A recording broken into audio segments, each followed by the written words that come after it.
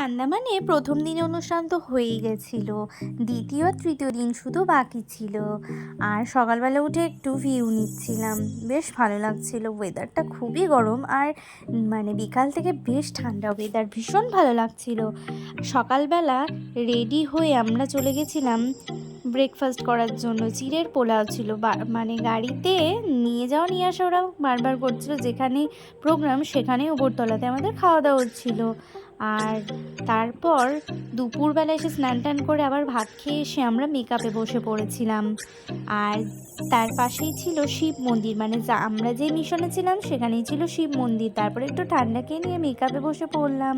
Makeup হয়ে যাওয়ার পর আমরা চলে এসেছিলাম অনুষ্ঠান করতে।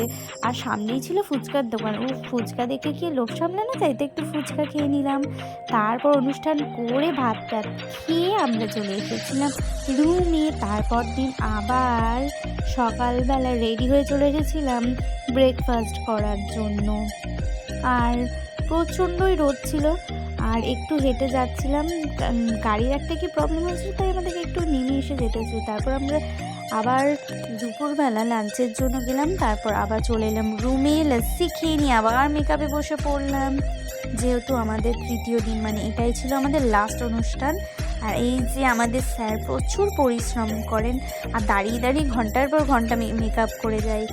আর আমাদের এত সুন্দর লুক অবশ্যই আমাদের স্যার দিয়েছেন। আর আমাদের ম্যাম নাচের কোরিওগ্রাফি সমস্ত কিছুই ম্যামের। তো তারপর আমরা এখানে রেডি হয়ে চলে এসেছিলাম, এখানে টিফিন করে নিচ্ছিলাম অনুষ্ঠান শুরু হবে বলে।